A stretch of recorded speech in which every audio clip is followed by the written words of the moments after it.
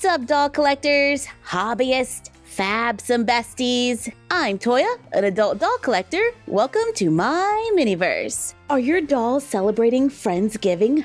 We have a few hacks for you to make this holiday a little easier. We can use catalogs and magazines for quick dollhouse photos. Just find a picture that looks about doll size. This might work for a smart doll or an 18-inch doll. Lay a doll next to it. Place their hand over the picture. Taking advantage of items in the shot like forks and spoons, we can also add our own props. Then take an overhead picture. Do a little editing to make it look like your dolls are about to have a feast. If you don't have magazines and catalogs, you can always take a picture of your favorite foods and use that instead. Store the pictures in a binder until you need them again. Looking for something a little more 3D? Let's take a small box. I'm using Care Bears. If you don't have a box, you can always stack wood or paperboard. You're really just looking for a rectangular shape. This is an oldie but goodie MyFroggyStuff idea. We're going to use some aluminum foil, take a small piece, and I'm going to fold it to make it a little thicker. I think 4 layers might be good. Place the rectangular shape on top, then bend the aluminum foil around it. Then go about 1/4 inch up or 1/2 inch, and we're going to bend the foil the other direction. Trim off the excess, leaving just a little around the edge. Then curl the ends, remove the box, and we have a small aluminum tray. I fill the bottom with hot glue to help it keep its shape. Hot glue is hot. The aluminum will get hot.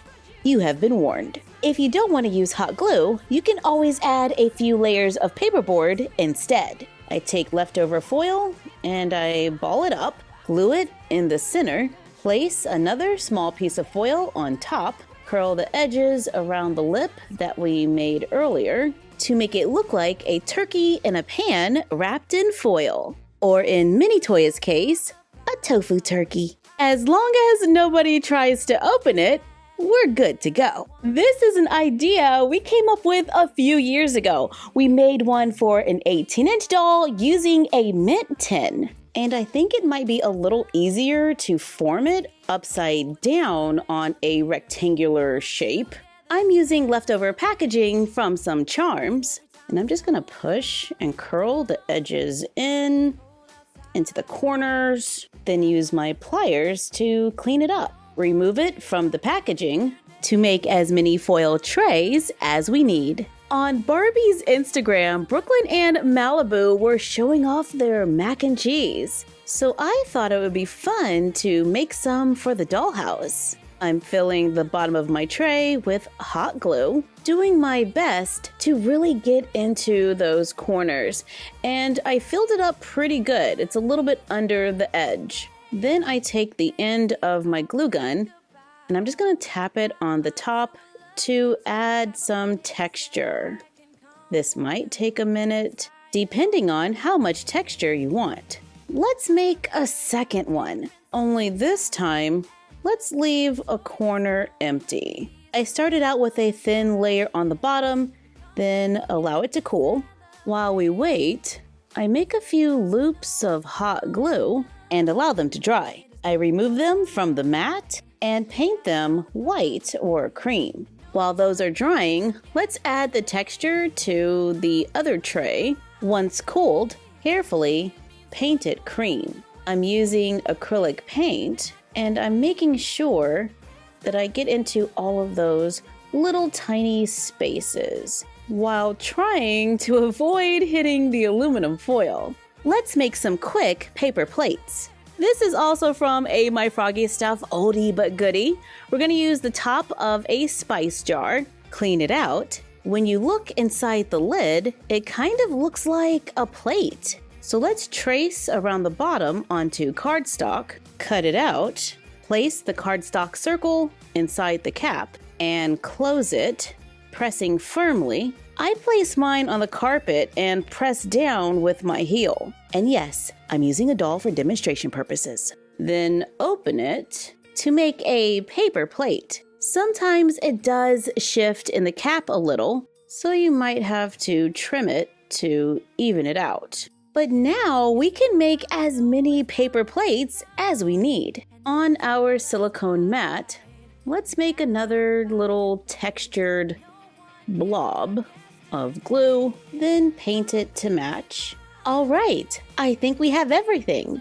Let's take those loops and cut them into little pieces to make what I hope will look like macaroni. As I'm cutting them, I separate them into two piles. Ones that really give us that little elbow shape bend, and the ones that don't. I mix yellow and a touch of golden brown paint for the cheese, then add the color to Mod Podge. Add the pasta, mix it into the paint and glue mixture, and add a few of those cut pieces into the little cutout in the tray. I take the pasta that didn't look the best and pile it onto the plate right in the center. Then let's add our cheese all over the textured surface on both trays. Then take our best macaroni and mix it into the glue mixture, covering it with our cheese. Then add them to a Dollhouse spoon. This one is from a Make It Mini capsule. I add a few in the opening on the tray and on the plate. I take the small textured piece that we made and add it onto one of the plates and use more of our cheese to fill in the gaps. It does dry a little darker and I think that looks pretty good. I mix a little orange paint and lightly tap it onto the top. I'm keeping my brush flat because I just want to paint all those little peaks. And let's get in the corners and go around the edge. Then let's go in with a slightly darker brown. And I'm really adding this to the edges and to the tallest peaks. It's a subtle change, but here you can see the difference between the two. I think adding the darker color just makes it a little richer.